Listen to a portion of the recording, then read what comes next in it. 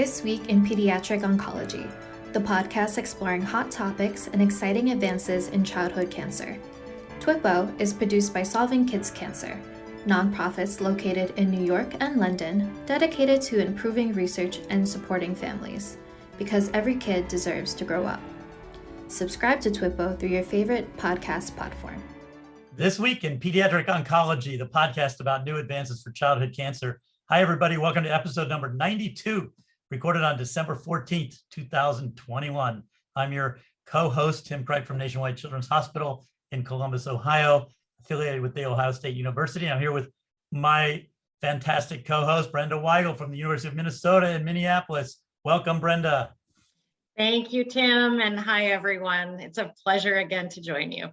And we have another special guest with us today, Dr. Elias Sayour. He's an associate director of neurosurgery and pediatrics at the University of Florida. He's also director of the Pediatric Cancer Immunotherapy Initiative there and a principal investigator in the RNA engineering lab at the University of Florida Brain Tumor Immunotherapy Program and the Preston A. Wells Jr. Center for Brain Tumor Therapy. That's a mouthful, but living up to all those titles. Welcome, Elias. Well, thank you for having me. It's honestly an honor and a privilege to be here. Appreciate that. Yeah, just briefly, I gleaned from your background, your CV. You got your bachelor's at Fordham College, your MD at University of Buffalo. You went to Cohen Children's Medical Center for pediatric residency.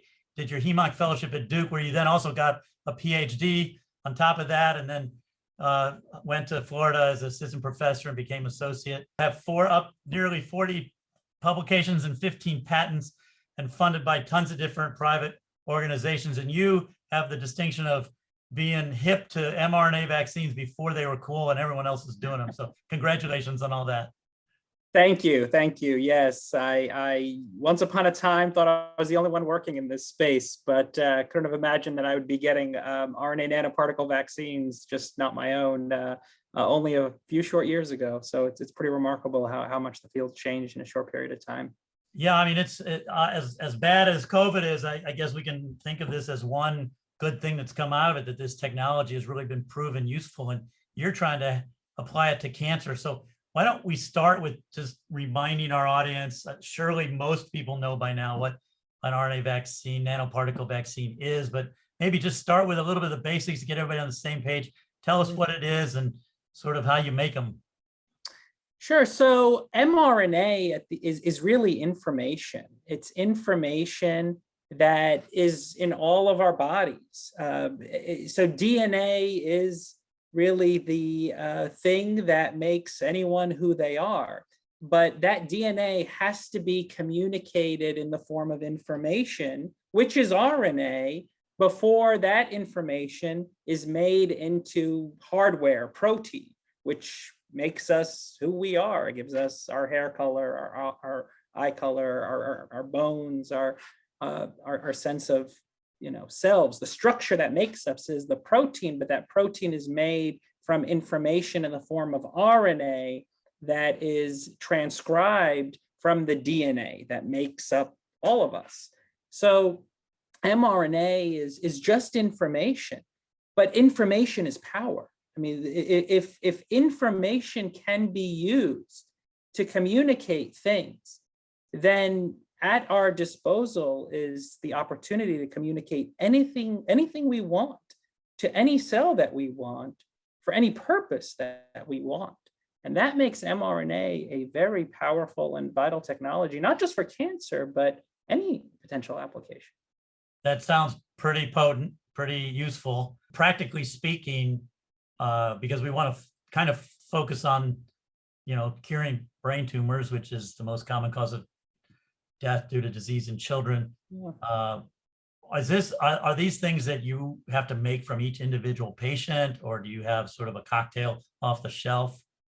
Yeah, so to answer your first question a little bit, how do we actually make these? How do we get mRNA specifically from brain cancer patients? There are different ways of doing this. We can, from a biopsy, from as little as 100 cells, from a brain tumor biopsy in a child, we can extract all the RNA from that patient's tumor and make a personalized vaccine. against the information in an individual's specific tumor. The other thing we can do is make off-the-shelf vaccines.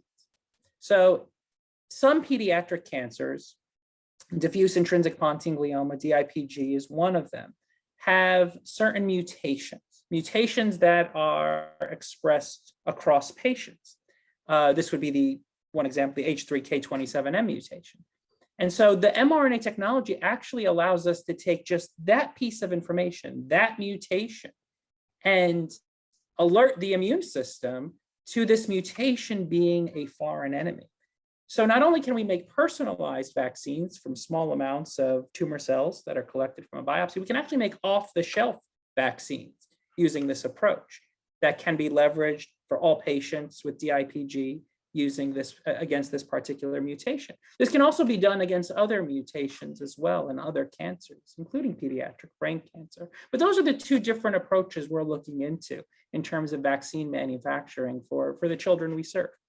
Thank you, Elias. It's fascinating to think how broad reaching this technology can be. Can you kind of highlight for us what makes an RNA vaccine in the light of pediatric brain cancer better than other vaccine approaches? Because there have been other types of vaccine approaches utilized. And is there anything that makes sort of an mRNA vaccine uniquely beneficial in brain cancer with regards to blood-brain barrier penetration, delivery of it?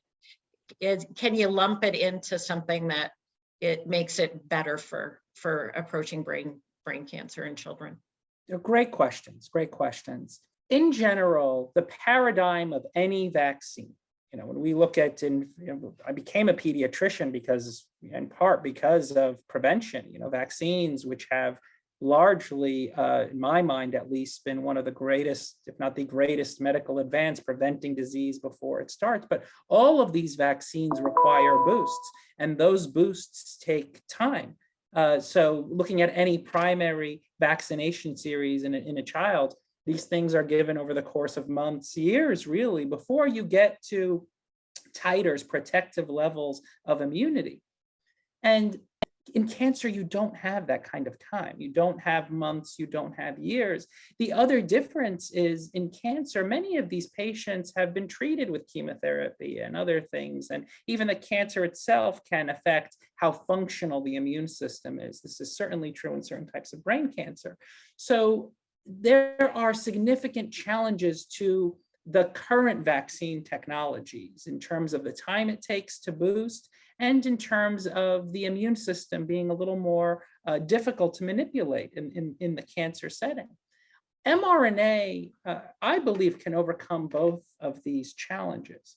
mRNA can induce a response with only one vaccine. We saw this with the COVID-19 pandemic. There was talk of one vaccine giving protection to people, which was remarkable, absolutely remarkable. Even flu, which is one vaccine, it's one vaccine that's boosted year after year after year after year. So the idea that against an infection no one had ever seen before, that a single vaccine could give pretty significant protection to people is absolutely remarkable. And the mRNA as information can harness multiple arms of the immune system, which I'm happy to talk about more, to give a very strong immunologic response that culminates in a T cell response. So there are different arms of the immune system, and I can talk more about that, but ultimately you want the trained army members of the immune system to be able to get to the tumor, recognize it, and kill it. And to answer the second part of your question, these trained killers, these T cells, can cross the blood-brain barrier. So while we struggle in pediatric brain cancer with finding chemotherapy agents that penetrate, even the best that we have in many of these contexts, temozolomide, which is a standard of care for gliomas, glioblastoma certainly, less than 30% of this drug actually crosses and gets in, and yet it's a standard. And the rest of that drug is just providing toxicity. So the value of the immune system is these nanoparticles, RNA vaccines, don't need to go to the brain tumor. They just need to train the immune system somewhere in the body, and the immune response that culminates in that trained lethal force, those T cells, they will naturally cross. and they will exert their effector functions, their killing capacity against these tumors. So 3 questions arise from what you just said. One simple one, does that mean you sort of give it like a COVID vaccine into the arm? Or is there a better place to give it? So great question. So this leads to how our approach is distinct from the COVID-19 vaccine. So mRNA is a remarkable tool, a remarkable technology. We're certainly seeing that in the context of infectious disease vaccines. I believe that we need to even make it stronger in the context of a cancer vaccine. And so we do not give it intramuscularly. What we do is we give the vaccine intravenously. And in that way, it actually looks more dangerous to the immune system. Imagine we took the genetic material of a patient's tumor, wrapped it into a nanoparticle, injected it intravenously. That looks a lot like a virus. Most viruses are RNA. It's just information. A virus can't replicate on its own. It just provides information into one of our cells to start making copies of it. That's what this is. It's information. But now that information looks dangerous to the immune system. And when you inject it in the bloodstream, it looks like the body is being infected by an active virus. And in that way, we think it's necessary in the cancer context, because in the cancer context, the immune system is doing the opposite of what it's supposed to do. So the context of COVID-19, the immune system, you're just trying to prevent something before it's already started. The immune system is right. In the cancer context, the immune system is floppy. It's recognizing cancer as self. The analogy I give is the immune system functions on this fulcrum of killing versus healing. And in the cancer context, the immune system is healing. It is protecting cancer. It's actually part of the problem. And so we give the vaccine intravenously because we found it can actually provide a significant stimulus for waking the immune system up. The second thing we do that's a little different from the current COVID vaccines is how we deliver the RNA. Our RNA nanoparticle vaccines are layered like an onion. So if you imagine the onion has all these different layers, our RNA is packaged into these layers as opposed to the center of one of these nanoparticles. And so the advantage of this type of a structure, we believe, is we can give more payload per particle because it's layered into this tightly wound particle that's wound by alternating positive negative charge. So the supercoiled RNA nanoparticle is got a lot of RNA in it, more RNA in it than perhaps a typical particle. And this RNA material can now alert any cell in a way that we think is stronger in terms of the stimulus because it's being injected IV and because it's delivering more of that dangerous information.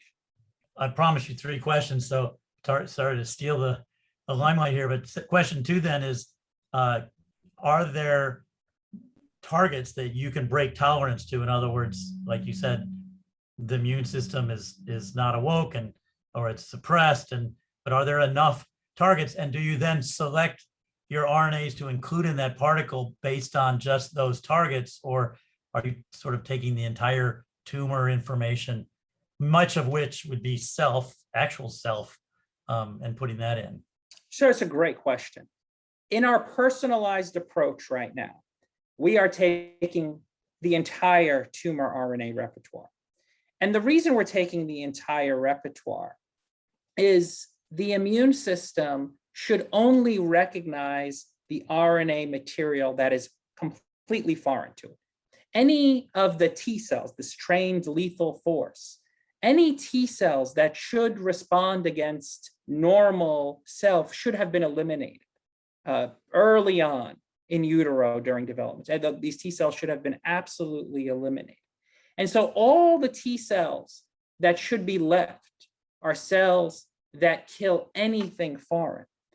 So in our first generation approach, at least from a personalized vaccine, we don't filter these for the specific RNAs in the tumor, specific meaning non-self, just cancer specific.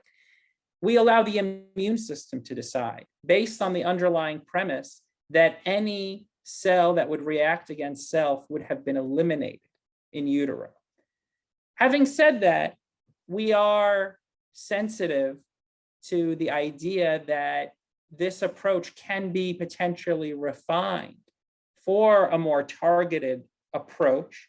And we're actively working on filtering this through identification of the best targets and manufacturing just those specific targets in a more filtered, personalized vaccine as a second generation approach.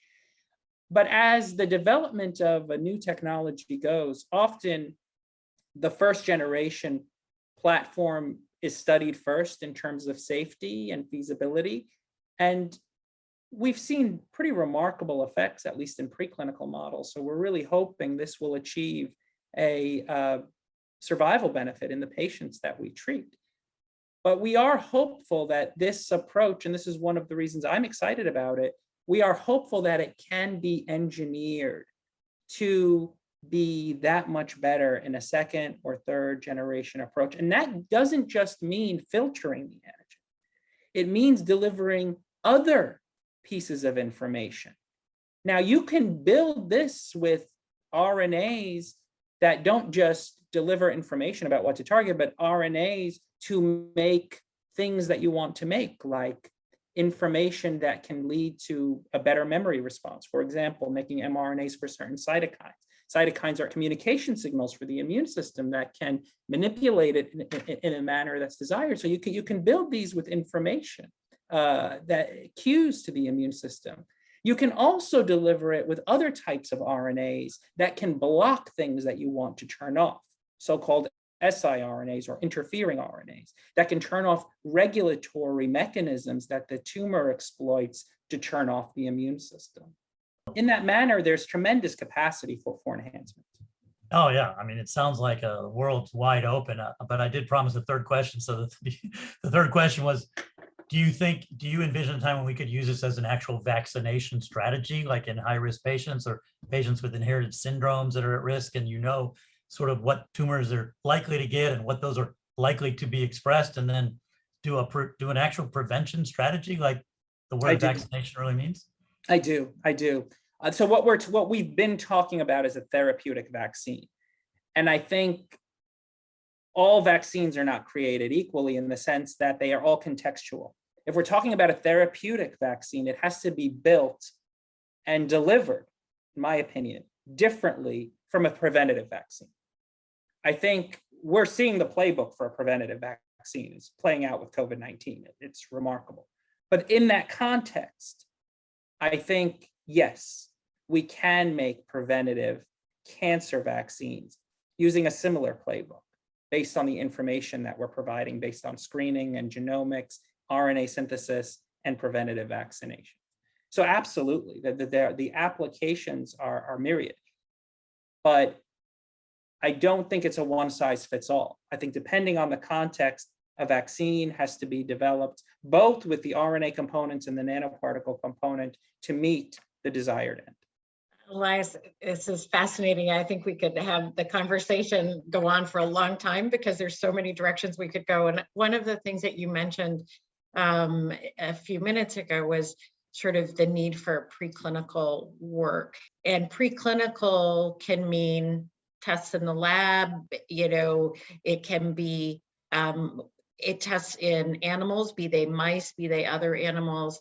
And are there unique challenges about studying the mRNA vaccine strategies, especially for treating cancer in kind of the lab or in the preclinical models? Do you have to generate, mouse specific vaccines? How do you answer those questions to get at the, as you alluded to, showing that you see real immune responses that then give you the information to try this in the clinic? Sure. Great question. In general, it is so critical that we have animal models that are fully functional with regards to their immune system. What we're trying to do here is basically turn on someone's immune system against their cancer. And a lot of these animal models, they don't have a fully functional immune system. So animal models are critical to show safety, show feasibility, show that something works. And the idea here is allow someone's immune system to work on their behalf, which is, I would argue, that's what the immune system is there for. It protects us from cancer all the time. It's just failed in the context of active cancer, but we believe it can be reprogrammed. And the beauty of it is that it can remember and remember for life. But that's testable. That's testable in an animal model, this lifelong approach I'm speaking to. And so we initially studied this when we made these vaccines in vitro, making sure that we can have a backbone that delivers RNA, that has that information expressed into information, which is protein, that software, which is the RNA information, can be ultimately made into the hardware of protein. So we do that in vitro, but then we move that into animal studies, seeing whether we can deliver information in the form of RNA to actively manipulate the immune system of an animal. And we do this in healthy mice at first. And we showed that we could educate a healthy mouse to remember something we educated it against. And then we took the next step. We looked in mice that had mouse cancer, mouse melanoma, mouse brain cancer, mouse head and neck cancer, mouse osteosarcoma. And in each of these models, we demonstrated that if we took RNA specific to these tumors, and in some cases as an off-the-shelf vaccine, we could elicit response that not only cured many of these animals, but allowed them to remember. Because, and this is what you could do in animals that you can't do in humans, we injected these survivors with cancer again to see if the cancer would take and to see if they could remember it and reject it. And sure enough, in preponderance of these animals, we saw what we would call memory recall, meaning the ability to remember this as foreign and ward off the tumor challenge. Now, animal models, mouse models, certainly in and of themselves are not enough. We have, especially because this is a new technology. I mean, this is making mRNA, especially in the manner I described, and delivering it intravenously is really never been done before. And so mouse studies are not going to be enough to move this into humans. And so we've really been blessed to be at the University of Florida, which has a College of Veterinary Medicine, which routinely sees large animals, dogs, with spontaneous forms of cancer. Interestingly enough, when dogs develop brain cancer and when dogs develop bone cancer, these look much more like the pediatric forms of these diseases. They look like pediatric osteosarcoma. They look like pediatric glioma. And this allows us to treat these patients as if they're on a first in human clinical trial, where they're enrolled through their owner's consent because these are terminal diseases in a dog. And we're able to get small pieces of the tumor, manufacture a vaccine, give it back to the animal, just like we would a human patient. And now we're understanding what it takes to scale this up. We're understanding what it takes to manufacture this in a way that allows the surgeon to provide the material to us and allows us to understand the timelines involved here. And then we can look in these large animals in their blood to see, are we generating the same responses that we generated in mice? You know, and sure enough, we did see that. And that, honestly, more than anything for me, made me believe that this wasn't just a single context, that this wasn't just a mouse vaccine, that now across species, and not just across species, but these are different patients. Each dog is a patient with a spontaneous form of cancer. And every dog we've treated with brain cancer right now has lived longer than expected. And that's been remarkable for us to at least be a part of. Now, it's a small cohort of patients. And at the end of the day, the canine studies were really done more to assess feasibility and safety and scale up and looking at biomarkers for response. Sounds like an awful lot of work, but an awful lot of progress as well. Have you seen any toxicities or side effects? What could you expect? to run into? Yeah, great question. And that's really, this has been the huge value of the canine trials in being able to assess these things. This vaccine that we've made elicits a very potent innate response. And the idea of mRNA vaccines, of any vaccine really, is to elicit an adaptive response. When I say adaptive, I mean something specific. Innate is non-specific immunity. Adaptive is very specific immunity to the information you're trying to educate the immune system against. And these mRNA vaccines elicit a very non-specific effect. And when I say non-specific, I mean it happens rapidly. We see within a few hours of a vaccine very robust immune signals. We believe this is essential. I believe this is the starting point of immunotherapy, is reprogramming the immune system. So while I refer to this as a vaccine, and the idea of this is a vaccine to elicit a specific response that can kill the specific thing that you've educated against, the starting point in cancer, in my opinion, is reprogramming, is to reprogram the clumsy, floppy immune system into something that is once more a lethal force. And in the absence of doing that, in the absence of reprogramming these cancers, in the absence of waking up the immune system, none of these other tools that we have matter, whether it's a vaccine or an immune checkpoint inhibitor, or even a T cell, a CAR T cell, perhaps.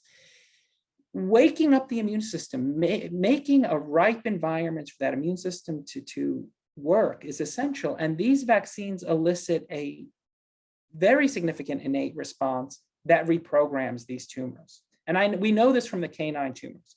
If you give an RNA nanoparticle vaccine 24 hours before a canine's tumor biopsy, we see substantial reprogramming in that tumor. So this non-specific immune response we generate elicits immune activation in the tumor in less than 24 hours. We see information in that tumor that is much more in line with an activated immune response.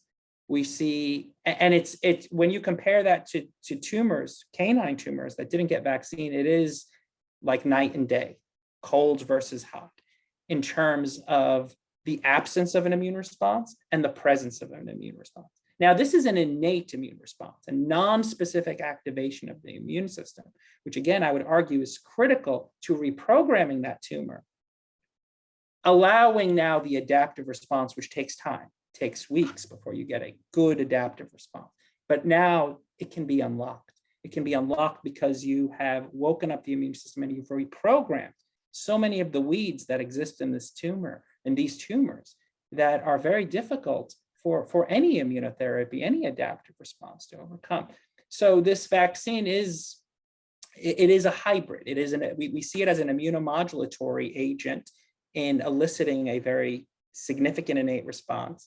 But that immunomodulation, I argue, is critical to unlocking the vaccine-mediated effects, the adaptive effects. I hope that answered the question. There was a second part. Yeah, that was great. And that's a really important insight, I think, to how these might be working, because if it was just creating T cells against the target, they're going to have the same challenges as CAR Ts or other things penetrating solid tumors. So you're telling us there's this extra component that's really maybe clearing the way for them in the tumor microenvironment, which is really cool. Do you think that's due to just the lipid nanoparticle, or it's the RNA, or the whole thing? We know it's not the nanoparticle alone. That we know. RNA is not stable.